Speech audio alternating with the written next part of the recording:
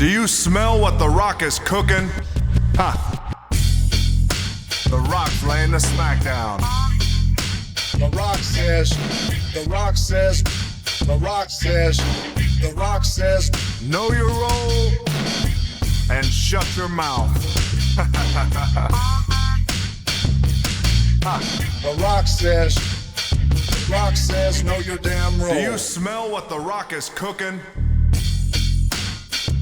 WWF Break Down in Your House took place on September 27th, 1998 in Hamilton, Ontario, Canada. Take a look at those sexy graphics during the show's open. The show attracted around 300,000 viewers on pay-per-view and 17,500 fans to the Cups Coliseum. Mr. McMahon's guaranteed that Steve Austin's going to lose the WWF Championship tonight, and folks were curious as to what was going to happen in tonight's main event. Austin faces Undertaker and Kane in a triple threat match, but there's a big stipulation. The Undertaker and Kane can't pin one another. There's a lot of matches on this show that had no build-up at all, not unlike WCW's recent pay-per-view offerings. But let's see if the matches were any good, and let's see if Breakdown's worth a watch nearly 25 years later.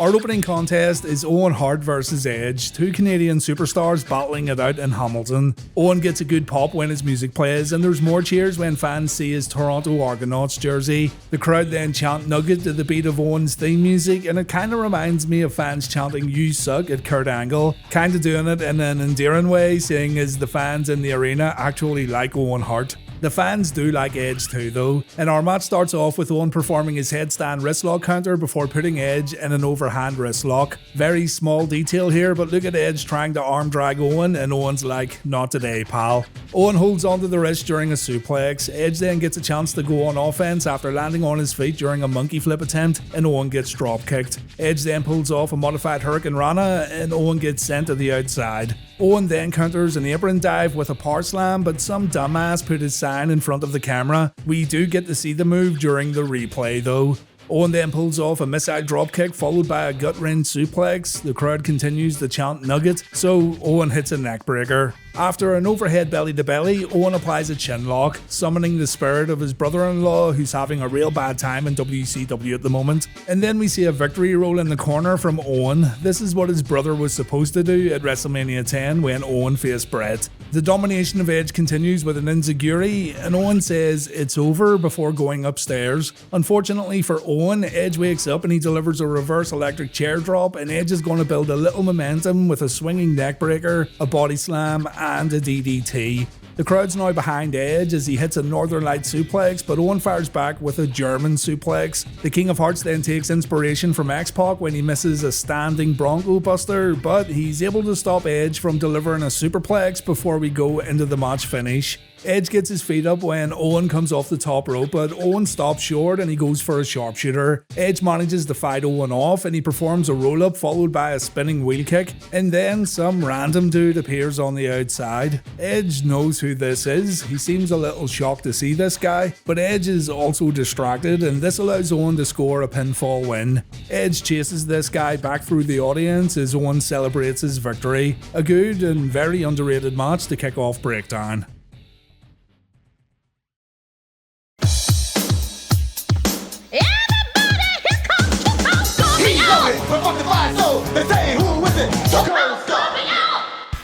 Another match that had no build-up at all is up next. It's Too Much versus Too Cold Scorpio and Al Snow. Scorpio came to Snow's rescue on Raw this past Monday, but that's all we've got here. It's just a random tag team match on pay-per-view. Scott Taylor takes a Scorpio atomic drop followed by a spin kick, but our boy comes back with a pump-handled suplex, and Brian Christopher absolutely adores the moonwalk afterwards. How can you not like these goofballs? Al Snow comes in and he's the definite fan favourite here. The WWF have done a good job of reintroducing Al, and fans have enjoyed his antics over these past few months. Unfortunately, there is a slight communication error between Snow and Christopher, though the two are able to recover from it quickly, and Snow punishes BC with a succession of of headbutts followed by a clothesline. Scott Taylor gets back in, as does Scorpio. Scott Too Hot takes a few corner clotheslines as Al goes to the outside to pick up a chair. He then passes it to his partner, and while the referee's busy asking Scorpio what the hell does he think he's doing, Al uses the chair for a springboard sidekick.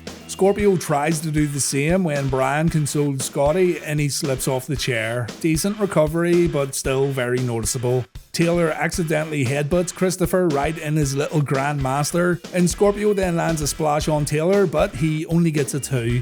On the outside, Al pulls off his security barrier moonsault, but the cameras miss it, and we then see a springboard crossbody from Scotty to the outside. I'm pretty sure Scorpio was supposed to land on his feet after this double back suplex, judging by the way Too Much acted after the move, so they try it again, and yeah, that'll do. Al tags in and Scorpio distracts the ref so Too Much can get a little head action. Even Scorpio wants head, so Al gives it to him. And look at this, there's a few pin attempts next that get broken up with aerial moves, but why does Jack Doan stop counting? You don't stop a count because of a potential threat, you stop counting when the shoulders are off the mat. Anyway, it ends with a snowplow from Al Snow. Not a great tag team match if I'm honest, and Scorpio was definitely having an off day here at Breakdown. We go to Michael Cole backstage and he asks the question on everyone's mind: who is gonna cover Steve Austin to win the championship tonight if the Brothers of Destruction get the opportunity to do so?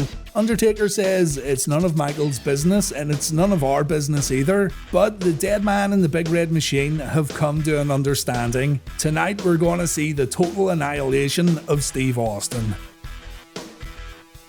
Another match that was drawn out of the hat backstage is Marc Mero versus Droz. Sorry, the Droz. What the hell's that all about? Jackie won the Women's Championship on Raw and she still doesn't have a title belt. The WWF really need to boost their women's division with more talent right now because it's currently looking like the old WCW women's division. Remember that? Marc decides he doesn't want to wrestle after taking a dropkick from the Droz, and Darren goes to bring Marc back. Mero takes a bump at the steps before getting thrown in the ring. He replies with a knee lift, but Droz follows up with a jumping shoulder block. Marc then backdrops Darren out of the ring, and we see shades of the old wild man as Marc performs a somersault senton. Back inside the ropes, Darren hits a power slam, but he can't keep Mero down for 3. Marc takes some of his wrist tape off, and Droz gets choked out. The ref does nothing about it, by the way. Jackie smacks Droz off with her high-heeled shoe while Mero keeps the referee distracted, and Marc ends it with his old finisher, the Wild Thing, now known as Marvelocity. It's such a babyface move and the fans end up popping for it because how can you not?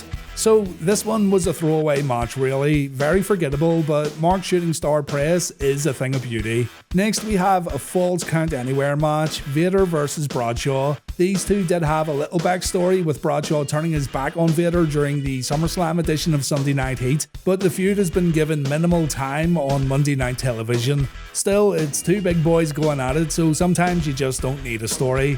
The WWF are still giving Vader a hard time over his weight. Bradshaw, it's not funny, but Bradshaw calls Vader a fat bastard before the match, and he says it's survival of the fittest, not survival of the fattest. You just know he's been fed these lines too, but man, Vader's in good shape here, especially if you compare him to a year or two ago. Still, Vader is on his way out, and he'd go to All Japan where he'd get a lot more respect. Bradshaw overpowers Vader and he lays in a few stiff shots in the corner. Jim Ross talks about Vader struggling with his weight as Bradshaw lands a hard corner clothesline. Bradshaw gets paid back in kind when he runs into a brick wall named Vader. On the outside, Bradshaw hits another seriously hard clothesline and Vader gets clocked with the ring bell. We see another clothesline from Bradshaw and I'm starting to think this is all this guy can do. Try changing it up a bit there, JBL. Bradshaw punches the ring post twice because he's got terrible aim, and Vader then gets a chance to drop the ring steps on his opponent. He should have gone harder here in my opinion. After a brief scuffle in the ring, it goes back to the outside where Bradshaw takes a few bumps at the guardrail. Bradshaw also gets kicked in the balls and Vader tries to win it via pinfall, but JBL kicks out. Vader gives Bradshaw another receipt when he hits him with another clothesline. Back in the ring, Vader hits a splash, he goes up again and he hits the Vader bomb. And Bradshaw kicks out. Yeah, he kicks out of the Vader bomb. Bradshaw then wins it after 2 clotheslines from hell and a neckbreaker. I don't know. This one just felt a bit petty, you know? Vader getting mocked, Bradshaw going as hard as humanly possible while Vader kept it relatively light by Vader standards. The finish of the match, it was still a hard-hitting match, but all I can think about at this point is Vader's wasted potential in WWF. It's a shame, but as mentioned, leaving WWF was the best thing Vader ever did.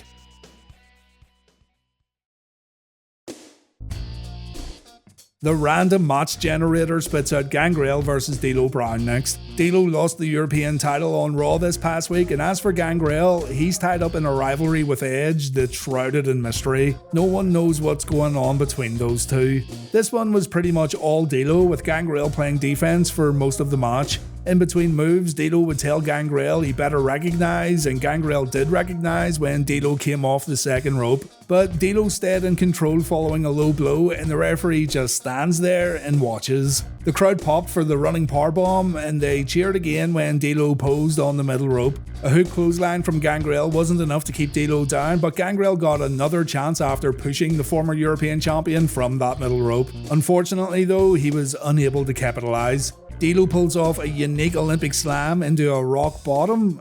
I'm sure there's a name for this, but it looked good anyway. I'll ask Tony Schiavone what you call it. I know the name of that move though, that's a chin lock, and I know what this is too. That's a stun gun that completely missed its target. Here comes Mark Henry, the world's strongest man, pulls the top rope down and Gangrel falls out of the ring. Gangrel then gets his back rammed into the ring post, and back in the ring he takes a sky high. D'Lo wins via pinfall, and honestly I would have been happy with either man winning here. Not a bad little match at all. Right, on to the good stuff.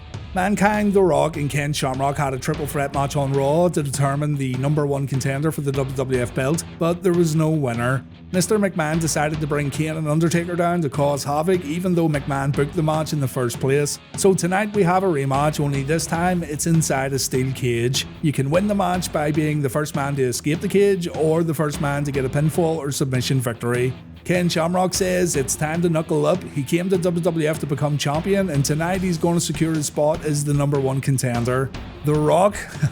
The Rock cuts a great promo here where he wants to know if Mankind and Shamrock have enough sugar in their testes to step into the people's cage. Rock says he'll take his right hand, his left hand, he'll lay the smackdown on both his opponent's monkey asses, someone's going to take the people's elbow and the rock bottom, and the Rock will then climb the cage inch by damn inch while the fans chant his name. When all's said and done, Shamrock and Mankind will join the millions and millions of Rock's fans who know damn well that The Rock is and will forever be the people's champion. A few Rock lines here would become synonymous with the Great One as time went on. Mankind, meanwhile, wonders if sugar-coated testes are a new type of breakfast cereal. He's seen some stupid things in his day, including the president sacrificing the nation for a girl that Mick would have turned down in high school. Nothing, though, is as stupid as the people's elbow, and Mankind refuses to sell it. Mankind's ready to get a title shot, and all three men are ready to head to the ring to begin what I think is the best match on this card.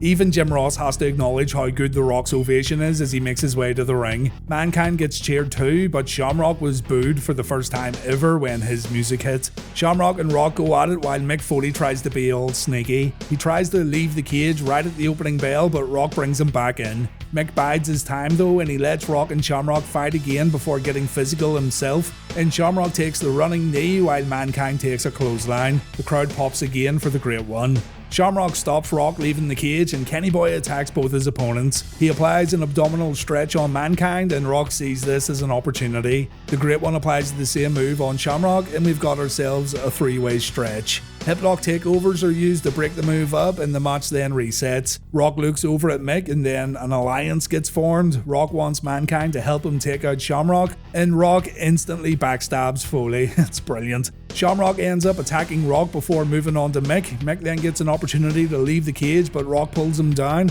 and Shamrock's had enough. Kenny Boy wipes out both men, and he shouts at the referee to open the cage door. Shamrock tries to win the match, but Rock grabs his food, and the two struggle on the mat before Mankind comes over to lend a hand. Mick may have gotten backstabbed by Rock, but he still doesn't want Shamrock to win. Mick holds Ken up, and Rock gets in a free shot. The two then work together to choke Shamrock out on the middle rope, and Ken gets thrown into the cage. It's not looking too good for the world's most dangerous man. Mick wants to do something a bit more involved. He wants Rock to set Shamrock up for a knee lift, so Rock obliges and Foley thinks this is great. But keep an eye on the live picture during this badly timed replay and you'll see The Rock once again stab Mankind in the back. It's so good. Shamrock pulls Rock down from the cage, and then Ken and Rock decide to join forces, and Mankind takes a double clothesline. Shamrock then makes the mistake of putting the ankle lock on Mick while Rock stands right behind him, so you know what's going to happen. Shamrock gets taken out. Rock then gets punished by both his opponents. There was only so long he would get away with this behaviour. Shamrock and Mick pull off a double backdrop and a double suplex, and when Mick goes for another knee lift, Rock sees it coming and Mick gets taken out. Mick takes a DDT, Shamrock takes a float over DDT, both men take body slams, and the crowd completely lose it when Rock prepares a double people's elbow by taking off both arm pads. Rock pulls off the most electrifying move in sports entertainment, and the move gets the loudest pop of the night so far, and now Rock's going to try and climb the people's cage. Mankind and Shamrock are quick to get on their feet as the crowd chant Rock's name. Rock fights Shamrock off, but he ends up smashing the people's balls on the top rope when fighting Mankind. Still though, Rock remains focused when he gets up and he hits Shamrock with a low blow followed by a rock bottom to Mick Foley. Kenny Boy breaks the follow-up cover and the fans are not happy. They chant Shamrock sucks as Rock takes a back elbow. It's incredible how Rock's popularity has turned fans against Kenny Boy, and while Jerry Lawler calls this bizarro world, Jim Ross understands that this is all down to how over Rock currently is. The audience boos, Shamrock hits a belly to belly and he applies the ankle lock, and they go crazy when Mankind frees the Rock by kicking Shamrock in the head. Mankind tries to climb over and he gets pretty far. Rock tries to bring him back in by the hair to the point where Foley's actually dangling off the cage. In the end, Shamrock's able to knock Rocky down to the mat, but Foley decides he's not going to climb out now. Instead, he stands on top of the cage, he imitates Jimmy Snuka, and then he crashes to the mat when Rock avoids the elbow drop. The match then comes to an end when Shamrock tries to climb out of the cage. He's unable to make it, but he does grab a steel chair. Mick avoids a chair shot and Shamrock takes the double arm DDT. Foley then swings the chair at Ken and the world's most dangerous man gets wiped out. And Foley's now going to climb the cage. He completely forgot about The Rock though. Rock crawls over to Shamrock, he covers Kenny Boy, and Rock wins via pinfall. Mankind was too slow. Poor Mick thought he won it, but it was The Rock's night at Breakdown. What a great match though, and quite possibly one of WWF's greatest ever triple threat matches in my opinion. Loads of drama, good comedy spots that weren't overdone, a ton of great action, and an excellent crowd having a lot of fun.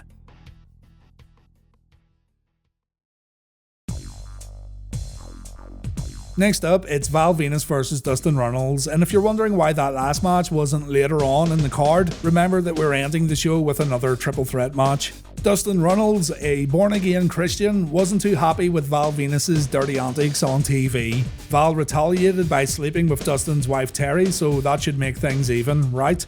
Well, no. We're gonna settle the score tonight in this battle between good and, evil. Val Venis is the bad guy here, right? Or is it Dustin Runnels? Anyway, Val has a surprise for Dustin. Terry Runnels has come, she's come to Breakdown, and she's clearly dressed for the occasion. Dustin can do nothing but try to use the Force to stop this debauchery, and his heart breaks again when he realizes that Star Wars isn't real. And even though he prays before the match begins, he still ends up taking a spine buster. Dustin comes back with a powerbomb, but on the outside he gets turned inside out with a clothesline. He's able to go in control momentarily back inside the ropes after a back body drop, but Venis keeps Dustin at bay with a few knife edge chops, a few knees to the gut, and a Russian leg sweep.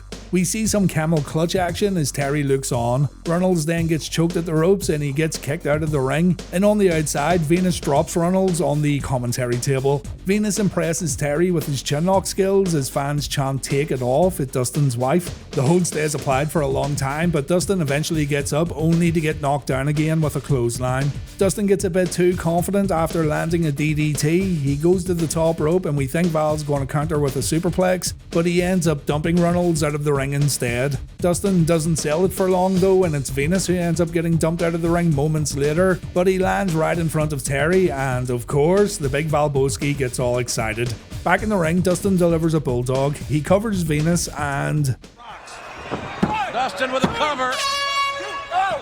Okay then. The match then ends with a Val Venis power slam followed by the money shot. Not only did Dustin get robbed by a fan with an air horn, he also has to watch Val Venis eat his wife's face after the bout. It's not a great day for Mr. Runnels. The match was okay too. It was always going to be tricky following that cage match though.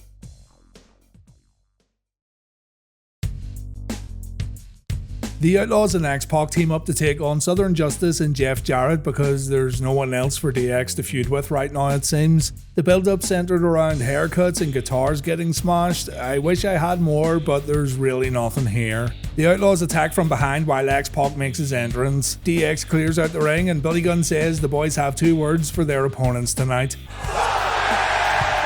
X-Pac drops Jarrett with a sit-down powerbomb before tagging in Road Dogg. Double J sinks a knee into Road Dogg's midsection, but Jarrett falls victim to an inverted atomic drop, the leapfrog teabag, and a shake, rattle, and knee drop. Southern Justice then get involved and Road Dogg gets put in his place. Dennis Knight, who looks like he should be bouncing at some seedy strip bar, takes care of Jesse James with ease, and Mark Canterbury does the same. Big Henry Godwin has no time at all for Road Dogg's sick dance moves. Double J gets in on the action too with a DDT, but he bumps into the back of Road Dogg's head and James is able to tag in X-Pac. The kid pulls off a jumping spinning heel kick and man, X-Pac's kicks were something else, weren't they? He tries again against Phineas, but that doesn't work out too well, and old Dennis Knight follows up with a vertical suplex. Double J comes in, he tells DX to suck it, and then that lunatic X-Pac goes for a standing Bronco Buster. Again, it never ever works. It's like Ric Flair going to the top rope. X-Pac then takes a reverse wheelbarrow suplex from Canterbury, and we're just waiting for Billy Gunn to clean house here, aren't we? Double J's back in to apply a sleeper in a 6-man tag match. The arena shakes as the Outlaws try to get their boy back into it. X-Pac gets up and he applies a sleeper of his own, and he counters Double J's counter with a back suplex. Billy Gunn gets that hot tag, and yeah, he wipes everyone out. Jarrett takes a military press slam and he falls right in place for a Bronco Buster from X-Pac. Canterbury then wipes X-Pac out with a clothesline while everyone else fights on the outside, and Jarrett then grabs a guitar, but Billy takes it away. Billy tries to use the guitar in the ring, but Tim White takes it away from Billy before Canterbury gets whacked, but this allows Jarrett to grab it again, and on the outside, Kid ends up getting the instrument smashed over his head. Still, this doesn't stop Billy Gunn winning the match by hitting Knight with a famouser. It looks like Billy's going to use the famouser from now on as his main finish, and that's a good thing. He was using a pile driver for ages, and then he started using a neck breaker. The Outlaws tend to their fallen degenerate on the outside. It looks like X-Pac suffered an eye injury after that guitar shot as he continues to sell it back up the ramp. Not a brilliant 6-man tag to be honest, but the crowd helped a ton. These fans in Hamilton have been great during this whole pay-per-view.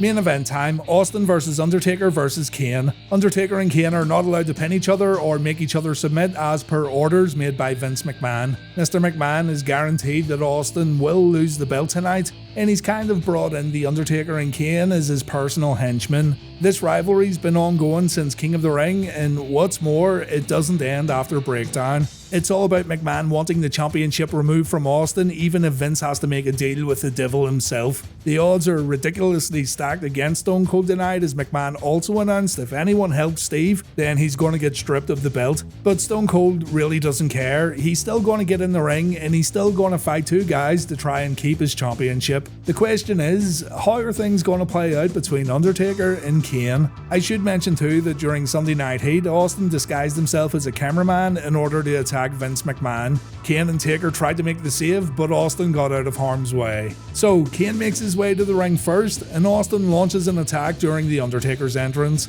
Austin uses a chair to take out The Undertaker, and Kane gets whacked too. It's a good start from Stone Cold. Austin and Kane head down to the ring while the Phenom licks his wounds at the entranceway. Austin's early advantage looks to be in jeopardy when Kane performs a back elbow, but the champ dodges the top rope clothesline. The Undertaker makes his way down to the ring and Austin gets thrown to the outside. Undertaker strikes Austin a few times, but Stone Cold manages to throw the dead man into the ring steps before crotching Kane in between the ring post. When Kane gets in the ring, Austin performs a stunner. Luckily for Kane, his big brother was there to break up the cover. On the outside, Stone Cold tastes the ring post before getting brought back in for a chokehold. The Undertaker then performs his jumping clothesline, and Austin replies with a Lou Thesz press. Stone Cold then takes the opportunity to get Kane out of the ring, but this backfires shortly afterwards when Kane pulls Austin out for a beatdown. The first sign of trouble between the brothers happens when Undertaker accidentally hits Kane. It looks like they're able to sort the problem out quite quickly, but then Austin shoves Undertaker into his brother. The brothers then refocus on the task at hand and they work together to drop Austin on the commentary table, but the brothers need to be a bit more careful.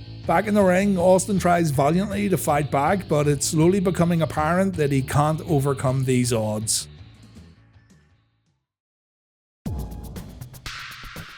The Stooges have shown up on the entranceway to get a closer look at the match. Kane and Taker decide to bring Austin up the rampway so Briscoe, Slaughter and Patterson can enjoy the beatdown, but Austin gets a rush of adrenaline and he fights the Brothers of Destruction off. He then goes for a pile driver, Undertaker counters, but still Stone Cold has a lot of fight left in him and he decides to go after Jerry Briscoe. It's absolutely chaotic as the WWF's commissioner lays the boots into Steve, and the Brothers of Destruction also jump in to help the Stooges out. 5 guys against 1 right here, and it's going to take a miracle for Steve to get back into this. The Rattlesnake gets brought back in the ring. He's been beaten up pretty badly. Kane chokes Austin while Undertaker works over the knee, but Kane ends up getting distracted by the referee and Austin gives it one more try. He breaks free from Undertaker's hold and he gives Kane a few right hands before turning his attention back to the dead man. And just like that, a throat thrust puts Stone Cold right back down. The audience try to will Stone Cold back into it. They chant his name as he rolls out of the ring. Austin then finds his steel chair and he cracks Kane with it. He then tries to pin Kane, but Undertaker gives him a taste of his own medicine. When Undertaker covers Austin, the big red machine breaks it up. So it looks like there's no agreement between the brothers in regards to who gets to pin Austin.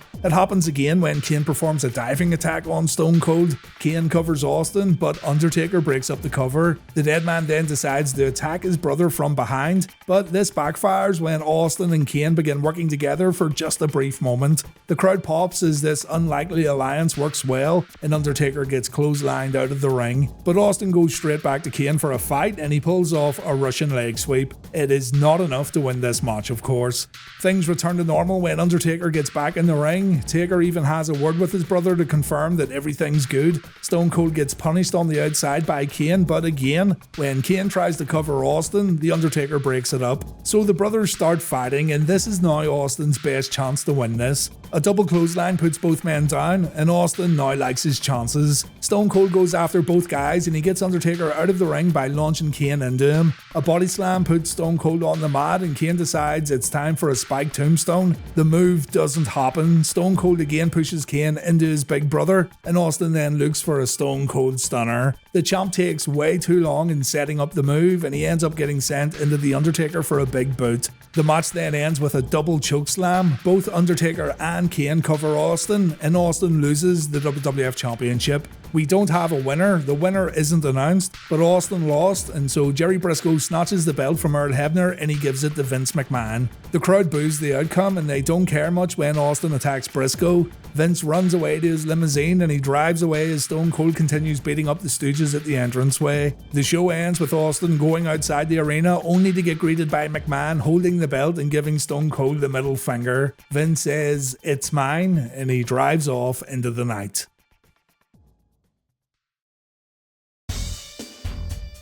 Honestly, I'm not a fan of this main event. I understand how the stipulations play into the storyline, but think of it this way. If this happened in a WCW main event on pay-per-view during 1998, then people would still be complaining about it today. Of course, the all-out star part of the main event helps a lot, with Austin being untouchable no matter what he did in 1998. And indeed, the McMahon vs Austin storyline was so popular that anything they did was well received. But personally, I didn't like the idea of this triple threat match, and I didn't like how the ending played out either, but it's only my opinion.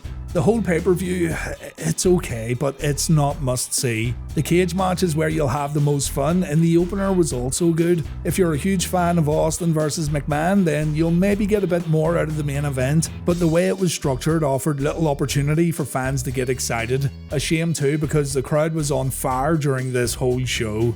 Anyway, thanks for watching. Join me next week for Reliving the War, and we'll see what's next for Stone Cold and the WWF Championship. I hope you enjoyed this one, and please take care. The Rock's laying the smackdown.